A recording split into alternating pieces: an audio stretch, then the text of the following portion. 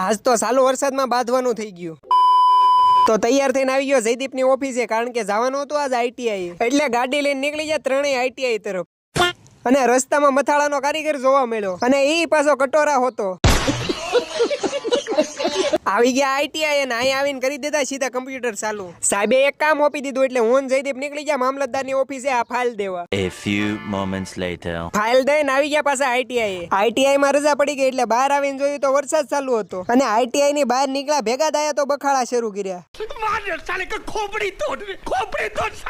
ધીમો ધીમો વરસાદ ચાલુ હતો એટલે નીકળી ગયા ઘર તરફ. પણ હજી તો અડધે પૂગ્યા તા વરસાદ વધી ગયો એટલે રસ્તામાં ઊભું રહેવું પડ્યું. ઘડીક છુતા એક હારો ભાઈબંધ છત્રી લઈને આવી ગયો એટલે પછી એની છત્રીમાં ઊભો રહી ગયો. આ બધાય ભલે પલળતા પણ આપણે તો ઊભા રહી ગયા. વરસાદમાં ભલે પલળી ગયા હોય પણ આપણા ભાઈબંધ પાસે આટો મારવાનું તો ભૂલાય જ નહીં. એટલે આવી ગયા રાજ પાસે. અને આ ફેનિલના ભાગ એવા છે ને કે અમે નાસ્તો કરી લઈએ પછી જ આવે.